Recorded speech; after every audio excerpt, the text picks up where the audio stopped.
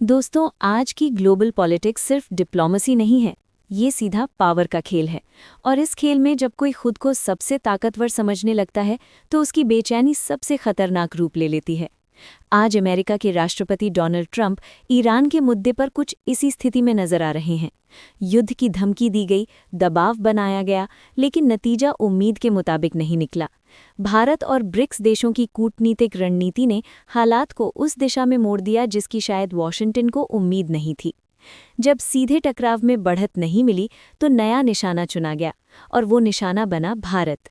सबसे बड़ी खबर ये है कि भारत का चाबहार पोर्ट, जिस पर अरबों डॉलर खर्च किए गए, अब गंभीर दबाव में है। कागजों में ये ईरान की जमीन पर है, लेकिन अमेरिकी प्रतिबंधों और नीतिगत फैसलों ने इसे लगभग निष्क्रिय स्थिति में पहुंचा दिया है। लेकिन ये सिर्फ एक पोर्ट की कहानी नहीं है, ये उससे कहीं बड़ा रणनीतिक खेल है। चाबहार क्यों अहम था?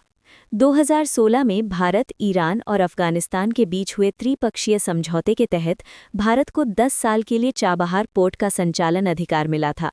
उद्देश्य साफ था, पाकिस्तान को बाईपास करना, अफगानिस्तान और मध्य एशिया तक सीधी पहुंच बनाना, अंतर्राष्ट्रीय उत्तर दक्षिण ट्रांसपोर्ट कॉरिडोर के जरिए रूस और यूरोप तक व्यापार का रास्ता खोलना। भारत ने यहां बुनियादी ढांचे, क्रेनों, जेटी और रेल कनेक्टिविटी में बड़ा निवेश किया।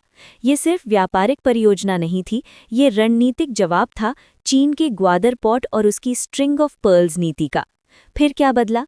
अमेरिका ने ईरान पर नए सिरे से आर्थिक दबाव बढ़ाया। पहले चाबहार को विशेष छूट मिली हुई थी ताकि भारत वहां काम जारी रख सके, लेकिन अब वो छूट खत्म कर दी गई। नतीजा, अंतर्राष्ट्रीय शिपिंग कंपनियां पीछे हट गई, बीमा कंपनियों ने जोखिम बढ़ा दिया, शिपिंग लागत कई गुना बढ़ गई, पोर्ट की गतिविधि लगभग ठप पड़ गई। बिना सैनिक भेजे केवल आर्थिक दबाव से चाबहार को कमजोर कर दिया गया। बगराम एयरबेस का सवाल। इसी बीच अफगानिस्तान के बगराम एयरबेस को लेकर चर्चा तेज हुई।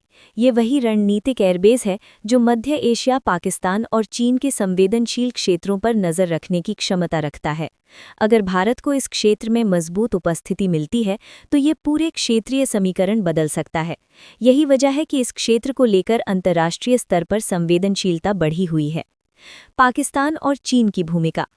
पाकिस्तान लंबे समय से नहीं चाहता था कि चाबहार सफल हो, क्योंकि अगर चाबहार चलता तो ग्वादर का महत्व घट जाता। चीन भी क्षेत्रीय कनेक्टिविटी और संसाधनों को लेकर सक्रिय है।